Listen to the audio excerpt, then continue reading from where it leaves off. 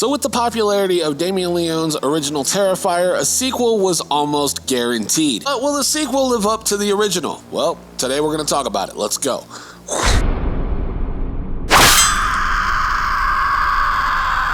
Greetings everyone, my name is Nightshade, this is The Night Shift, a home for all things spooky, and today we're looking at Terrifier 2, released in 2022. And to reiterate my point in the intro, a sequel to the infamous Terrifier was more than guaranteed. That movie was entirely too popular not to have a sequel. Like whether you are on the side of hating it or on the side of loving it, everybody was talking about this movie at one point in time or another. So obviously, with that spike in popularity, a sequel was more than guaranteed. It was inevitable. You would be a fool not to capitalize on that movie's infamy. Both infamously loved and infamously hated. So capitalizing on this movie's infamy, Damien Leone was able to secure a lot of money from private investors, as well as crowdfunding this via Indiegogo, I believe it was, which exponentially increased this movie's budget. I believe they ended up getting $250,000 through crowdfunding alone, which absolutely dwarfs the original's budget. But does a bigger budget make a better movie? Well,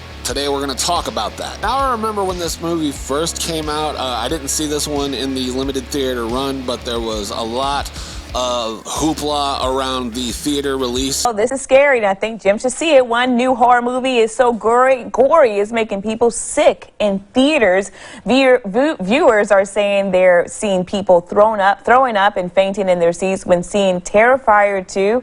It's an indie movie about a clown that murders people on Halloween. There were reports of people passing out and throwing up in the theater, which only gained this movie's momentum. Now, I do believe a lot of that was just marketing. The director, Damien Leone, swears that it's not, but come on. But regardless if it's true or not, that did play a factor in this movie's popularity, and it definitely did more than the originals, because the originals kind of released under the radar, and then eventually word of mouth spread, and then that movie got wildly popular because of that. And much the same with Terrifier 2, with the reports of people vomiting and fainting in the theaters. This ended up getting a lot of traction, and it actually did a lot of promotional work because of these rumors. Now, as I stated, I didn't see this in the theater. I watched it whenever it was released to streaming, and then I watched it this past weekend for the second time ever for this review. Speaking of this review, I think it's time we go ahead and get started. However, before we do get in the review, if you're new to the channel, I just want to let you know how I do my reviews. Instead of going through the story beat by beat, giving my criticisms along the way, instead I'm going to break this down into two parts of what I liked and what I didn't like, the positives and the negatives. And then I'm going to recommend that you go watch this movie for yourself to get your own informed opinion, and then you can come back here and we can geek out about it in the comments below. So with all of that out of the way, let's go ahead and get into the review, starting with the positive. Starting off with the very first positive, which I think is going to be obvious, and that is Art the Clown. I think that this version of Art the Clown compared to the first movie is that this Art the Clown is more refined and more complete. There's a lot more humor and a lot more personality added to Art than there was in the original one. There's a lot more playfulness rather than just savagely murdering people. There's a lot of charm to him in this movie. So much so that he is a very popular meme on TikTok at the moment of recording this. I believe that this version of Art the Clown, played by David Howard Thornton, is a lot more realized, a lot more finalized. This version of Art the Clown really came into his own, and it's a lot better than the first film for sure. And he's substantially better than he was in All Hallows Eve. Up next on my list of positives, of course, is going to be the kills.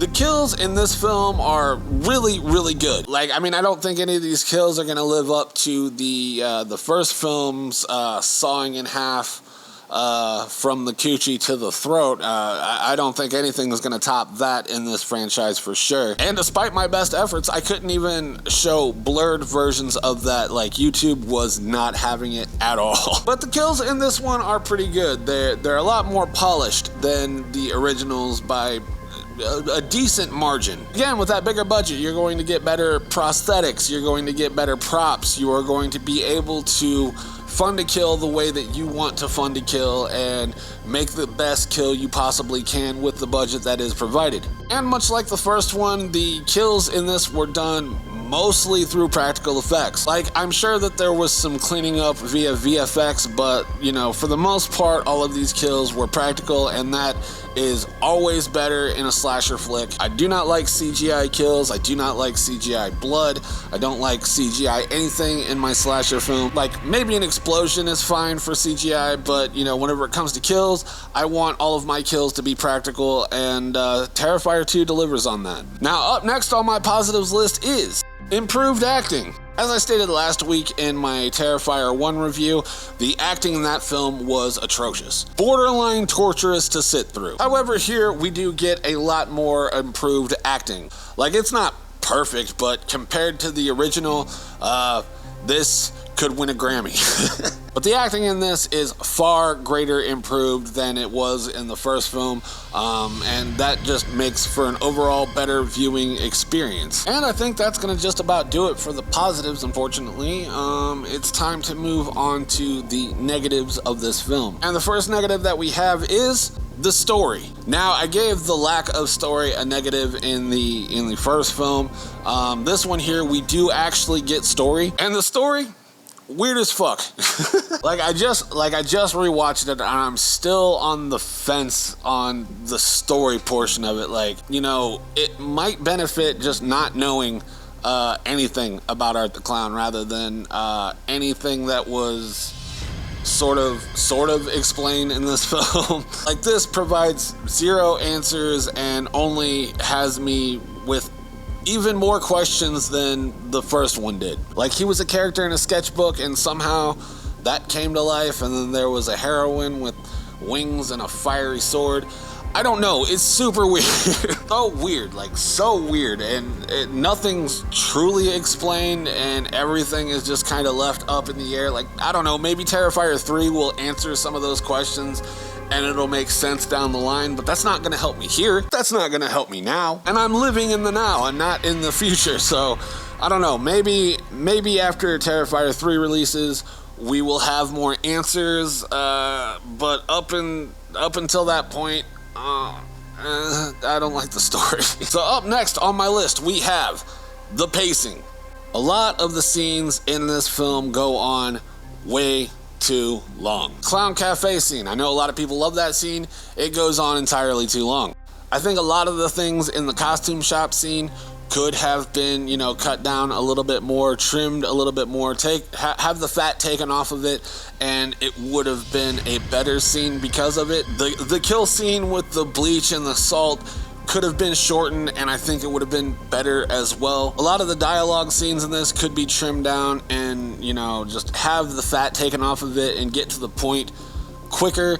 And I think this would have been a better paced movie because of it. And I don't mind a long movie as long as the scenes in that movie aren't too long. Like, if everything in the movie is necessary and that makes it a long film, cool, I'm cool with that. But like, when a scene just kind of drags on and you're just like, come on, man, let's get to the next shit already. That's not good for anybody. That's not really a good viewing experience. You hear the saying, less is more, and honestly, it's the God's honest truth. Like, less is so much more. And in this film, more is way too much, and these scenes go on forever, and it feels longer than it actually is because the scenes just play out way longer than they need to. Like, especially the Clown Cafe song. Oh my God. 'Cause food's a little funny at the Clown Cafe. So yeah, this movie would be vastly improved if there was just shorter scenes. Like, a lot of the fat trimmed off the scenes. This movie could be a lot more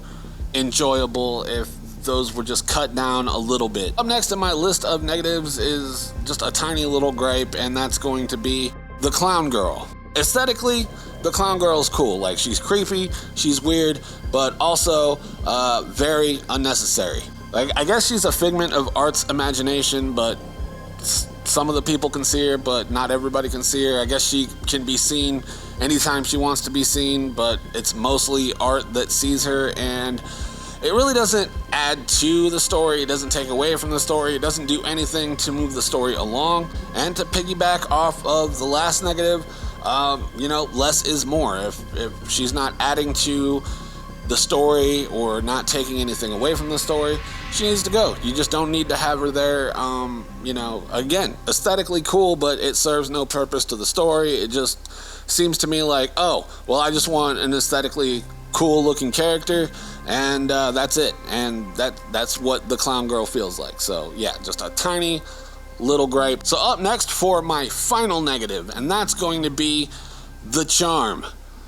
And by the charm, I mean the lack thereof. There was a certain charm to the first Terrifier that is absent here. Like, the first film was definitely a passion project, and I'm sure this one's a passion project too, but like, you know, you really feel like the DIY nature of Terrifier 1, that's not really present here. You know, they upped the budget and got better cameras, and, you know, the film was shot beautifully, but in having better cinematography, you're losing some of the charm that the original one had.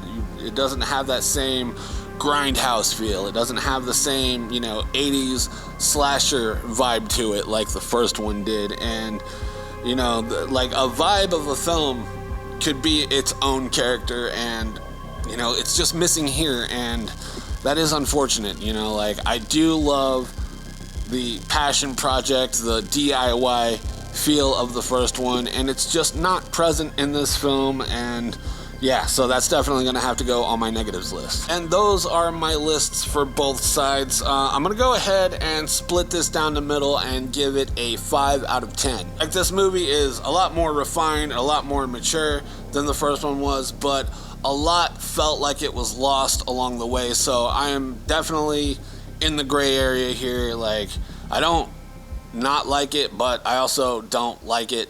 I'm torn. I'm very in the middle on this one. So that's just gonna about do it for me. Let me know, do you guys like this movie? Do you hate this movie? Do you think it's better than the first one?